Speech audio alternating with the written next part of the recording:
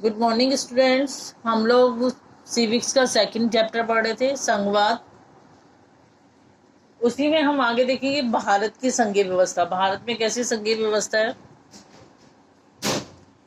हमने पहले देखा कि बेल्जियम और श्रीलंका जैसे छोटे देशों में भी अपने यहाँ की विविधता को संभालने में बड़ी मुश्किलें आती हैं।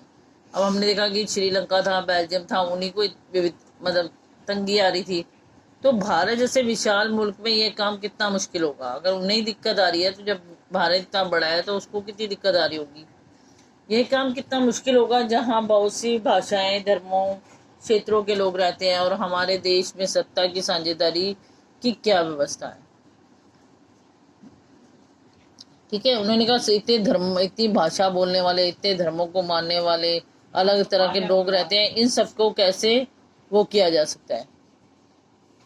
तो इनको संभालने में कितनी मुश्किल आती होगी। आइए संविधान से ही शुरुआत करें। एक बहुत ही दुखद और रक्त रंजित विभाजन के बाद भारत आजाद हुआ। आजादी के कुछ समय बाद ही अनेक स्वतंत्र रजवाड़े भारत में विलीन हो गए। भारतीय संविधान ने भारत को राज्यों का संघ घोषित करा। इसमें संघ शब्द नहीं आया, पर संघ का गठन संघीय व्यवस्था के सिद्धांत पर हुआ। ठीक है, अब उन्होंने क्या कहा कि जब हम आपको पता है कि भारत गुलाम रहा और उसका विभाजन भी हुआ, और कह रहे हैं उसके बाद जब उसे आज़ादी मिली भारत को, तो बहुत से जो स्वतंत्र रजवाड़े थे उन्होंने अपने आप को भारत में विलीन कर लिया, मतलब मिला लिया। और भारतीय जो संविधान था उसने भारत को राज्यों का संघ घोषित किया, और यानी भारत में संघीय व्यवस्था का गठन किया गया।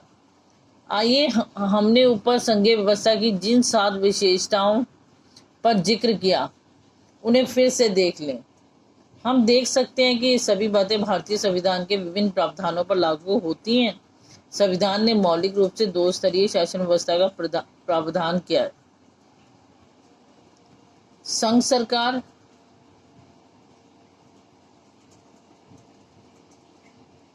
सरकार और राज्य सरकार। ठीक है, अभी हमने आपने जब विशेषताएं पढ़ी तो उसमें आपने देखा था कि संघीय व्यवस्था कहाँ होती है, जहाँ 2 या 2 से अधिक स्तर की सरकारें होती है। तो अब हमने देखना है कि क्या जो बातें हमने कही वो हमारे भारत में जो हम कह रहे हैं संघीय व्यवस्था है, वास्तव में सही उतर रही है या नहीं। तो हमारे यहाँ भी 2 स्तर की सरकार है, एक राज्य सरकार और एक केंद्र सरकार।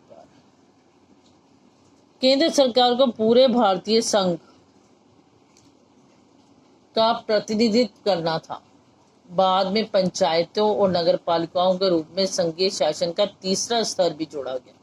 ठीक है, पहले राज्य सरकार बनी, केंद्र सरकार बनी, और उसके बाद कह रहे हैं कि पंचायतें और नगर पालिका वगैरह वो स्थानीय सरकारें भी बना दी गई और उनको भी साथ जोड़ लिया गया। तो यानी 3 स्तर हो गए। और हमने कहा ही था कि संघीय व्यवस्था क्या होती है, जहाँ 2 या 2 से अधिक स्तर की सरकारें होती है। किसी भी संघीय व्यवस्था की तरह अपने यहाँ भी 3 स्तर की शासन व्यवस्थाओं के अपने अलग अलग अधिकार क्षेत्र हैं। संविधान में स्पष्ट रूप से केंद्र राज्य सरकारों के बीच विधायी अधिकारों को 3 हिस्सों में बांटा गया है, और ये 3 सूचियां इस प्रकार हैं। अब उन्होंने कहा, हमने उसकी विशेषता में पढ़ा था कि सबके अपने अपने अधिकार क्षेत्र बटे हुए होते हैं। जितने स्तर की सरकार होगी उसके अपने अपने काम बटे हुए होंगे, उन्हें अपने अपने काम करने होंगे। तो उन्होंने कहा हमारे भारत के अंदर भी 3 हिस्सों में बांटा गया है। 3 सूचियां वो कैसी हैं। संघ सूची पहली आ गई हमारी, संघ सूची। संघ सूची में प्रतीक्षा, विदेशी मामले, बैंकिंग, संचार और मुद्रा जैसे राष्ट्रीय महत्व के विषय हैं। पूरे देश के इन मामलों में एक तरह की नीतियों की जरूरत है, इसी कारण इन विषयों को संघ सूची में डाला गया है। संघ सूची में वर्णित विषयों के बारे में कानून बनाने का अधिकार सिर्फ केंद्र सरकार को है। अब देखिए, कोई बैंक का मामला हो, विदेशी मामला हो, देश की रक्षा का मामला हो, संचार का मामला हो, संदेश पहुंचाने का, या मुद्रा का मामला हो, इन सब पर जो कानून बनाना होता है, इसकी जो देख रेख करनी होती है, वो हमारी केंद्र सरकार करती है। ये अधिकार केंद्र सरकार के पास हैं। ये सब केंद्र सरकार को दिया गया है कि आपने देखना है। ठीक है, इस पे कानून बनाने का हक सिर्फ केंद्र सरकार को है, बाकी इस पे कोई कानून नहीं बना सकता। राज्य सूची, राज्य सूची में पुलिस, व्यापार, वाणिज्य, कृषि और सिंचाई जैसे प्रांतीय और स्थानीय महत्व के विषय हैं। राज्य सूची में वर्णित विषयों के बारे में सिर्फ राज्य सरकार ही कानून बना सकती है। ठीक है, इस पर कौन कानून बना सकता है? सिर्फ राज्य सरकार ही कानून बनाती है। किस विषयों पर? पुलिस से संबंधित कोई विषय हो, व्यापार से संबंधित हो, कृषि या सिंचाई से संबंधित हो, ठीक है, या किसी प्रांत और स्थानीय महत्व के कोई भी विषय हो, तो उस पर राज्य सरकारी कानून बनाती है। फिर तीसरी सूची उन्होंने बना दी समवर्ती सूची। समवर्ती सूची में क्या आएगा? देखो, शिक्षा, कोई शिक्षा की कैसी व्यवस्था करनी है वो, मजदूर संघ, अगर विवाह का कोई किस्सा है, किसी को गोद लेना है, मतलब अपना उत्तराधिकारी बनाना है, ऐसे विषय वो विषय हैं जिसपे केंद्र के साथ राज्य सरकारों की भी साझी दिलचस्पी आती है। मतलब ये विषय वो हैं, शिक्षा, वन, मजदूर संघ वाला, या विवाह, या किसी को गोद लेना, इन सब पर क्या होता है? कोई भी कानून बनाना होता है तो वो हमारी केंद्र और राज्य सरकार दोनों ही मिलकर बनाती है।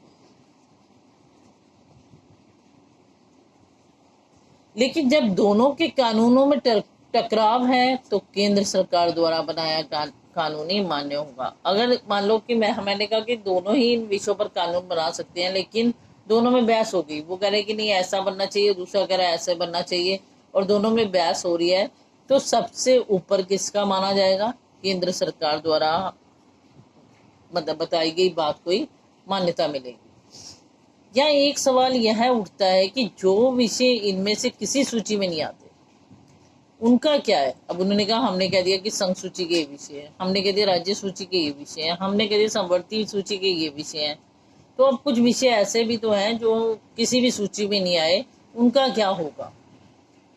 फिर कंप्यूटर, सॉफ्टवेयर जैसे विषय जिन किसके अधिकार क्षेत्र में रहे, क्योंकि यह संविधान बनने के बाद आए। उन्होंने कहा जो चीजें संविधान बनने के बाद आई वो किसके अधिकार क्षेत्र में गई? संविधान बना तब तो लिख दिया कि ये संघ सूची करेगी, ये राज्य सूची करेगी, ये समवर्ती सूची कानून बनाएगी इस पे, लेकिन जो विषय बाद में आए वो किसके अधिकार क्षेत्र में आए? हमारे संविधान के अनुसार बाकी बचे विषय केंद्र सरकार के अधिकार क्षेत्र में चले जाते हैं।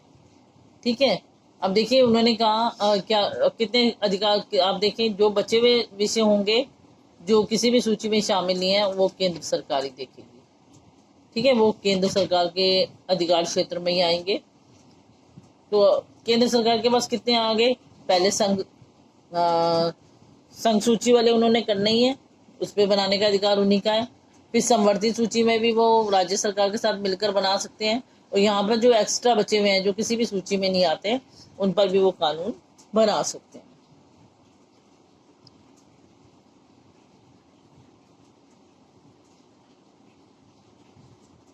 हमने ऊपर देखा कि सबको साथ लेकर चलने की नीति मानकर बनी अधिकतर बड़ी संघीय व्यवस्थाओं में साथी इकाइयों को बराबर अधिकार नहीं मिलते।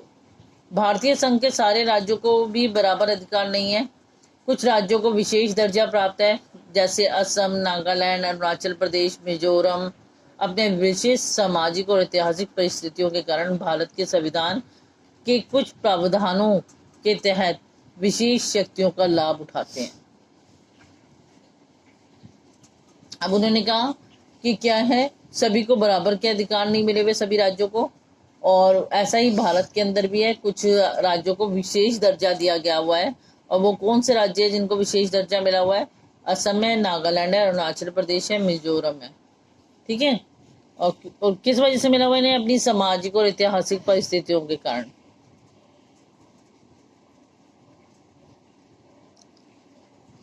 उनकी संस्कृति और सरकारी सेवाओं में अधिमान्य रोजगार के भूमि अधिकारों के संरक्षण के संबंधों में स्पष्ट रूप से उपयोगी है। भारतीय संघ की कई इकाइयों को बहुत ही कम अधिकार हैं। ठीक है, उन्होंने कहा कि भारतीय संघ की जो कई इकाइयां हैं उनको बहुत कम अधिकार दिए गए हैं। वैसे छोटे इलाके हैं जो अपने आकार के चलते स्वतंत्र प्राप्त नहीं बन पाए थे।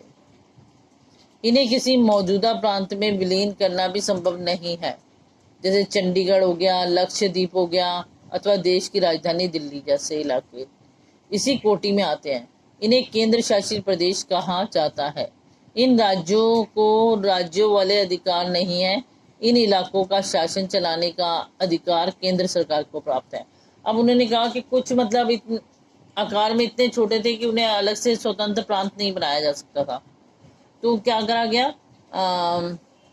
उन्हें क्या बोला गया यहाँ पर, केंद्र शासित प्रदेश। केंद्र शासित प्रदेश से बोलते हैं जिन राज्यों की अपनी सरकार नहीं होती, जो केंद्र सरकार के अंडर में जिसका सारा कार्यभार, वैसे काफी राज्यों की अपनी सरकार होती है, राज्य सरकार होती है, लेकिन जो केंद्र शासित प्रदेश होते हैं उनके अपने, उन राज्यों की अपनी सरकार नहीं होती, उन्हें केंद्र सरकार ही देखती है, उस पर जो भी कार्य करना होता है या सारी उसकी व्यवस्था केंद्र सरकारों के हाथ में होती है।